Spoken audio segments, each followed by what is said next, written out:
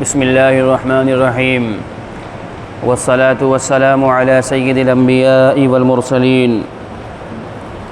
أما بعد فأعوذ بالله من الشيطان الرجيم بسم الله الرحمن الرحيم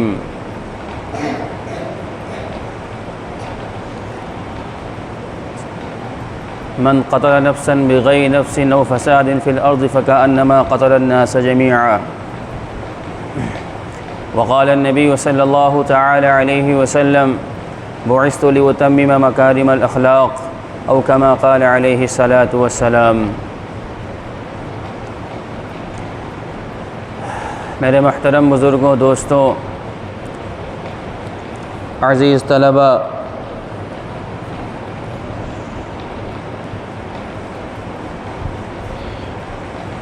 دین اسلام،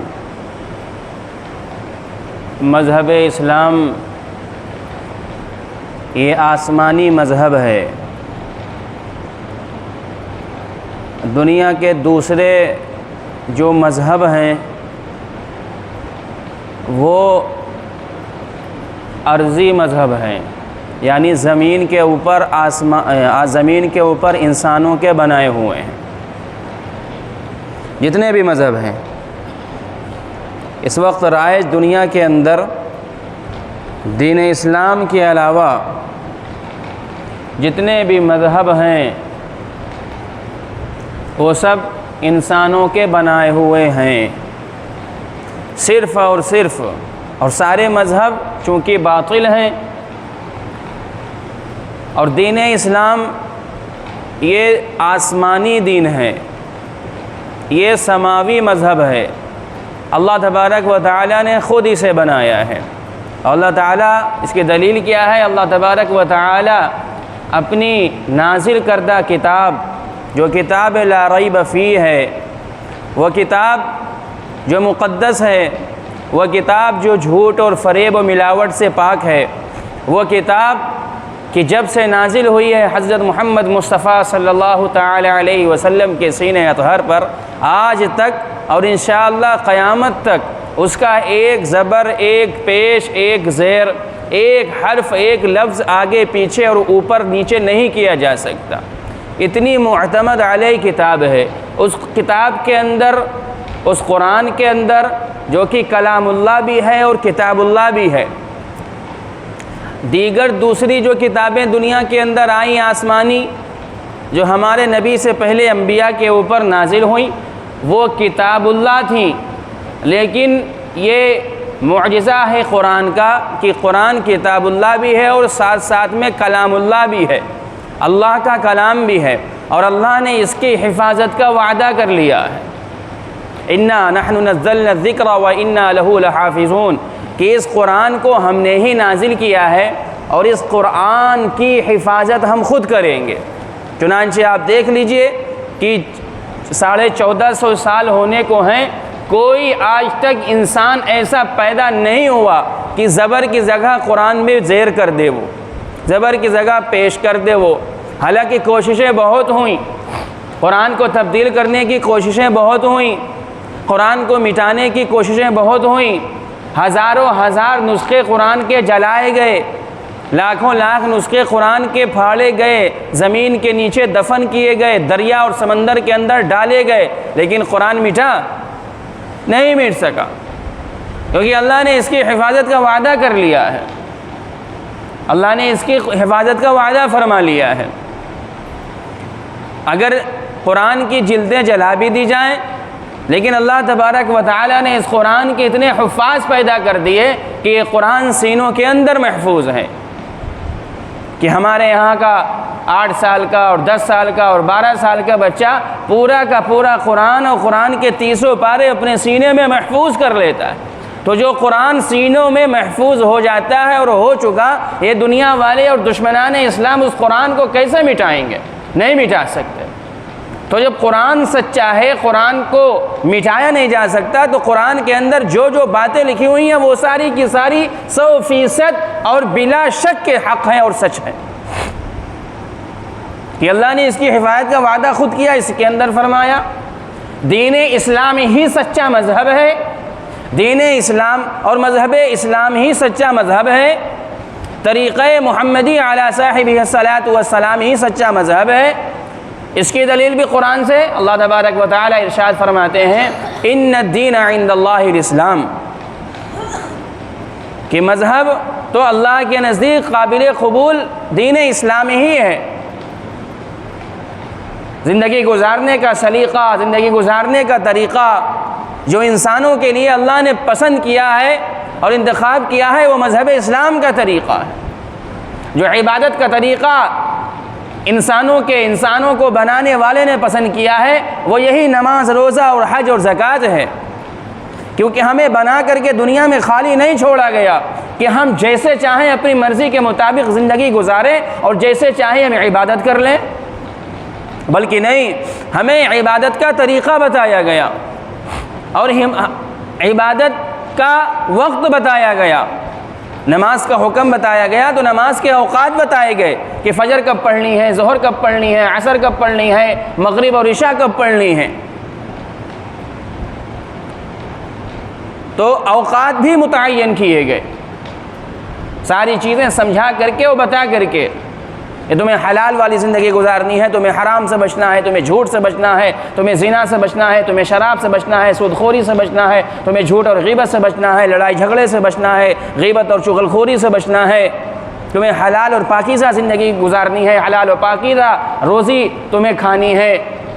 حلال و پاکیزہ جو اللہ تبارک و تعالی نے کھانے پینے کی چیزیں اتاری ہیں وہ تمہیں کھانا ہے۔ یہ ساری کی سارے طریقہ اور سلیقہ اور ڈھنگ صرف اور صرف مذہب اسلام میں بتایا گیا، اور جو شخص یہ مذہب اسلام کو چھوڑ کر کے دوسرے راستے پر چلتا ہے، اللہ فرماتے ہیں وَمَن يَبْتَغِ غَيْرَ الْإِسْلَامِ دِينًا فَلَن يُقْبَلَ مِنْهُ۔ کوئی یہ چاہے کہ ہم نماز نہ پڑھیں، دین اسلام کو قبول کیے بغیر، دین اسلام کے پابندیوں میں رہے بغیر، دین اسلام کے احکام کے پابندی کے بغیر، دین اسلام کے اصول پر زندگی گزارے بغیر، اللہ اور اس کے رسول جناب محمد الرسول اللہ صلی اللہ علیہ وسلم کے بتائے ہوئے طریقے پر زندگی گزارے بغیر کامیاب ہو سکتے ہیں؟ نہیں ہو سکتے۔ وَمَن يَبْتَغِ غَيْرَ الْإِسْلَامِ دِينًا فَلَن يُقْبَلَ مِنْهُ۔ کوئی شخص اگر مسلمان نہیں ہے تو وہ چاہے جتنا نیک کام کرے، چاہے جتنا خیر و خیرات کرے، چاہے اتنا غریب اور غربا اور مساکین کی مدد کرے، ہاں اس کا دنیا میں فائدہ ہوگا لیکن آخرت میں کوئی فائدہ نہیں ہوگا۔ اگر انسان محمدی نہیں ہے، محمد صلی اللہ علیہ وسلم کی غلامی کا پٹا اس کے گردن میں نہیں پڑا ہوا، لا الہ الا اللہ اور محمد الرسول اللہ کا اقرار کرنے والا نہیں ہے، تو وہ چاہے جتنا بھلا انسان ہو، چاہے اتنا خیر و خیرات کرتا ہو، شرافت کی زندگی گزارتا ہو، ہاں اس کا ان تمام اس کے نیکی کا، بھلائی کا، خیر خیرات کا اور اس کے شریف ہونے کا فائدہ دنیا میں تو اسے ملے گا، لیکن آخرت میں اگر دین اسلام پر چلنے والا نہیں ہے، مسلمان اور مومن نہیں ہے، تو آخرت میں اسے کوئی کامیابی نہیں ہوگی، وہ جنت میں نہیں بلکہ جہنم میں جانے والا ہو، کیونکہ دنیا کے اندر اس نے انکار کر دیا تھا، وہ اللہ کو رب ہونے کے ماننے کا انکار کر دیا تھا اس نے، اور محمد صلی اللہ علیہ وسلم کے نبی ہونے اور ان کے طریقے پر زندگی گزارنے کو اس نے منع کر دیا تھا، انکار کر دیا تھا، اس لیے اسے آخرت میں کوئی فائدہ نہیں ہوگا۔ تو دین اسلام جہاں ساری چیزوں کا طریقہ بتایا گیا، جہاں تمام چیزوں کا سلیقہ بتایا گیا، جہاں زندگی گزارنے کا ڈھنگ اور جو ہے سلیقہ اور طریقہ اور ڈھنگ سجھایا گیا، بتایا گیا، جہاں عبادت کا طریقہ بتایا گیا، نماز کیسے پڑھنی ہے، روزہ کیسے رکھنا، حج کیسے کرنا، زکوٰۃ کیسے دینا، صدقہ اور خیرات کیسے دینا، وہیں دین اسلام نے انسان کو انسانوں کے ساتھ کیسے پیش آنا ہے اس کے حق بھی بتائے، یہاں تک کہ جانوروں کے حقوق بھی دین اسلام میں بتائے ہیں۔ لائے کوئی دوسرا مذہب نکال کر کے کہ جہاں پر جس مذہب کے اندر جانور کے بھی حقوق بتائے گئے ہوں۔ اللہ کے نبی جناب محمد الرسول اللہ صلی اللہ علیہ وسلم ایک راستے پر سے گزرے، آپ کے پاس دوڑا دوڑا ایک اونٹ آیا اور آپ کی گود میں اس نے گردن رکھ لی اور اس اونٹ کی آنکھ سے آنسو بہنے لگے۔ آپ نے تھوڑی دیر اس کے منہ کے پاس کان لگایا، پھر ہٹایا اور کہا کہ اس کا مالک کون ہے، بلا کے لے کر کے آؤ۔ مالک کو حاضر کیا گیا، حاضر خدمت ہوا، کہا کہ تم اپنے اونٹ کے ساتھ، اپنی سواری کے ساتھ کیوں ظلم کرتے ہو؟ کیوں ظلم کرتے ہو؟ کھانا پینا تو ٹھیک ٹھاک نہیں دیتے پیٹ بھر کے، اور کام زیادہ لیتے ہو۔ اچھی خوراک اس کو دو، اور جتنی اس کی طاقت ہے اتنی طاقت کے برابر اس کے اوپر بوجھ لا دو۔ آپ کا یہ فرمانا ہوا، کائنات کے تمام حیوانوں اور جانوروں کے لیے آپ نے حقوق بیان کر دیے کہ جس کے پاس سواری ہو، جس کے پاس جانور ہو، اس کے کھانے پینے کا خیال رکھے۔ بوجھ لادنے والا اگر جانور ہے تو اس کی طاقت سے زیادہ اور طاقت سے باہر اس کے اوپر بوجھ نہ لا دے، کام اس سے زیادہ نہ لے۔ جس مذہب کے اندر جانوروں کے بھی حقوق بیان کیے گئے، جس مذہب کے اندر غلاموں کے بھی حقوق بیان کیے گئے کہ غلاموں کے ساتھ خیر کے ساتھ رہا جائے، زیادہ اس سے کام نہ لیا جائے، اسے کوڑے اور اس کی مار پٹائی نہ کی جائے۔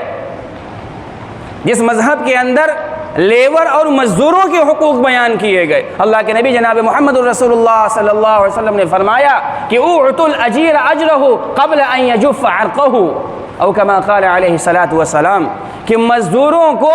ان کی مزدوری ان کے پسینہ سوکھنے سے پہلے دے دو، یعنی کام ختم ہو، ابھی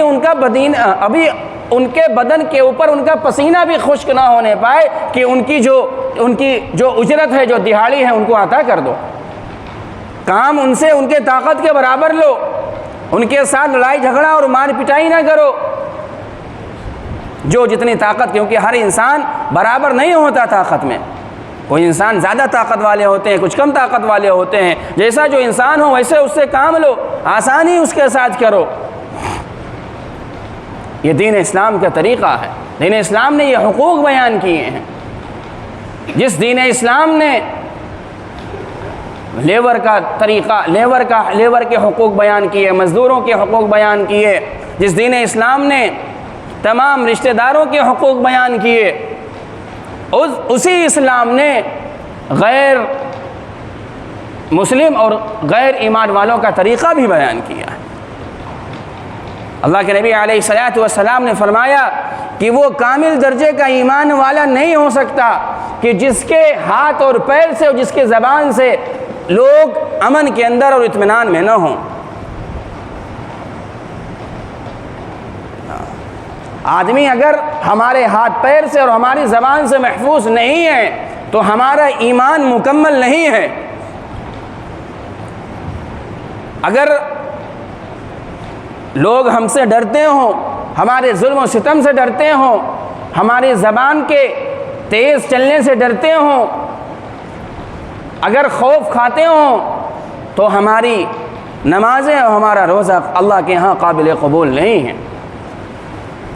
دونوں روایتیں ہیں۔ ایک جگہ اللہ کے نبی علیہ الصلوۃ والسلام فرمایا کہ ایمان والا وہ شخص نہیں ہو سکتا کہ دیگر مومنین اس سے محفوظ اور اس سے جو ہے اطمینان نہ حاصل کرتے ہوں اور اس سے جو ہے امن میں نہ رہتے ہوں۔ لیکن دوسری جگہ اللہ کے نبی علیہ الصلوۃ والسلام نے ارشاد فرمایا کہ وہ ایمان والا نہیں ہو سکتا کہ کائنات کے تمام لوگ، تمام انسان، وہ چاہے مسلمان ہوں چاہے غیر مسلمان ہوں، اگر امن اور انصاف نہ محسوس کریں، اس سے اطمینان نہ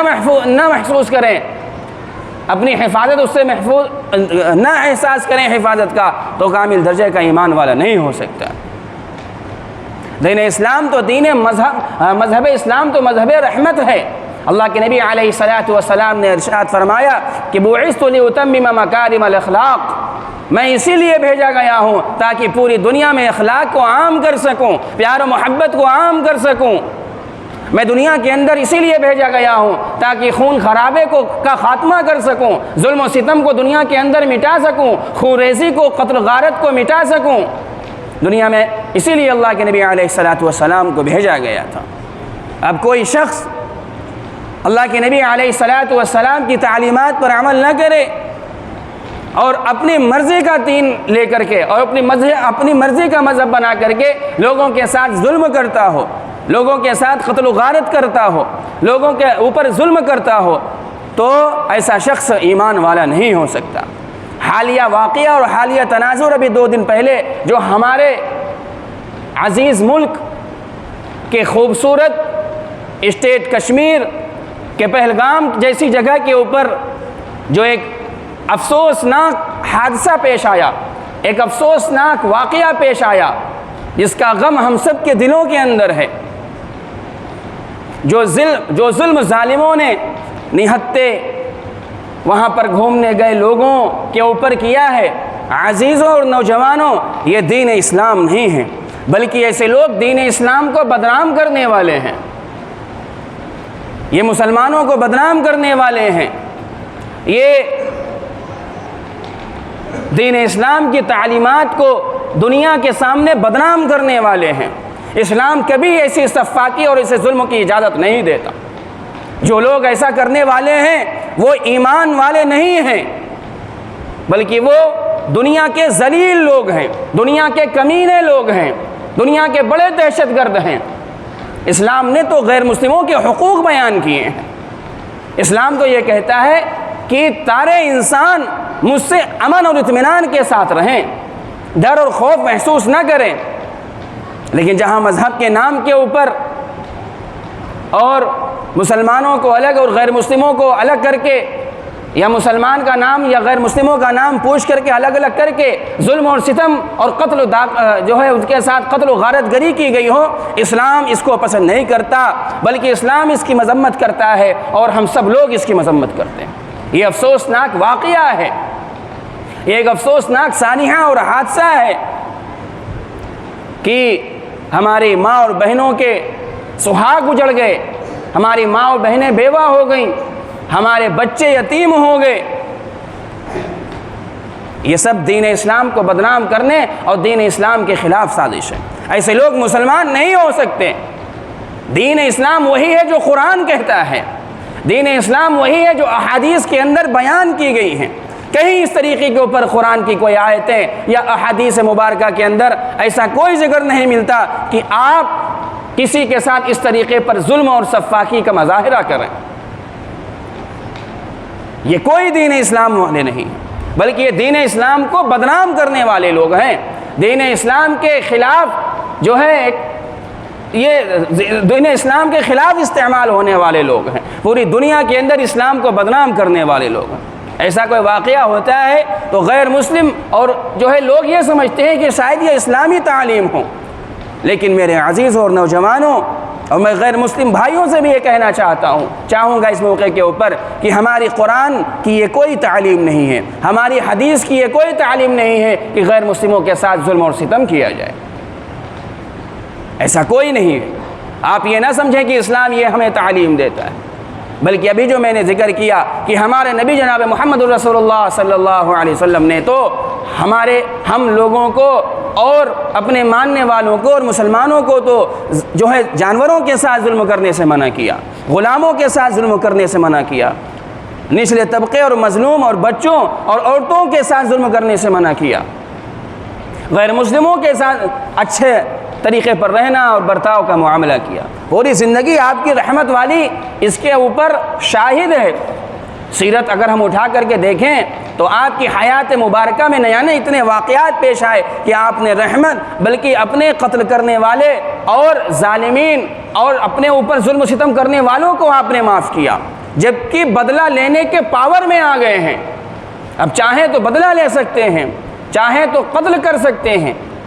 لیکن اللہ کے نبی علیہ الصلاۃ والسلام نبی رحمت ہیں، نبی عظمت ہیں، آپ نے سب کو معاف کیا۔ ایسے واقعات سے کلیجہ جھنجھوڑ جاتا ہے، ایسے واقعات دین اسلام کو بدنام کر جاتے ہیں۔ یہ دینی تعلیم نہیں ہو سکتی، یہ اسلامی تعلیم نہیں ہو سکتی۔ ہم ایسے واقعے کو بہت بری نظر سے دیکھتے ہیں، اور یہ ظلم اور ستم ہوا، کبھی اس خون کو روا نہیں کہا جا سکتا، بلکہ سخت سے سخت الفاظ میں اس کی مذمت کی جائے۔ جہاں یہ واقعہ غلط ہے اور مذہب کے نام پر اس طریقے پر مارے جانے اور قتل کرنے کی دین اسلام اجازت نہیں دیتا، بلکہ یہ کھلی دہشت گردی ہے، اسی طریقے پر دوسرے مذہب والے جب مسلمان کو پکڑ کر کے اور غریب اور کمزور اور لاچار مسلمانوں کو پکڑ کر کے اپنا مذہبی نعرہ لگواتے ہیں اور ان کی پٹائی کرتے ہیں۔ جہاں یہ واقعہ برا ہے وہاں یہ بھی واقعہ برا ہے۔ کوئی کسی کے اوپر ظلم و ستم نہیں کر سکتا، کوئی کسی کو زبردستی اپنا مذہب تھوپ نہیں سکتا۔ دین میں تو اور قرآن میں یہ ارشاد فرما دیا گیا کہ لا اکراہ فی الدین، دین میں زبردستی نہیں ہے۔ گن پوائنٹ کے اوپر آپ کسی سے دین اسلام نہیں قبول کروا سکتے۔ اللہ کے نبی اور حضرات صحابہ کرام اور تابعین اور تبع تابعین، اولیاء اور جو ہے صلحائے امت جو گزرے ہیں یا مورخین جو انہوں نے اپنے یہاں درج کیا اپنی کتابوں کے اندر، کہیں ایسا کوئی واقعہ نہیں ملتا ہے کہ کسی کے اوپر زبردستی دین اسلام تھوپا گیا، کیونکہ قرآن نے بتا دیا لا اکراہ فی الدین قد تبین الرشد من الغی۔ اب کسی کو زبردستی دین اسلام قبول نہیں کرایا جائے گا۔ احکام اسلام کے بیان کر دیے گئے، حق کو واضح کر دیا گیا، سچ اور جھوٹ کو الگ الگ کر دیا گیا۔ اب کوئی زبردستی دین اسلام کسی کے ساتھ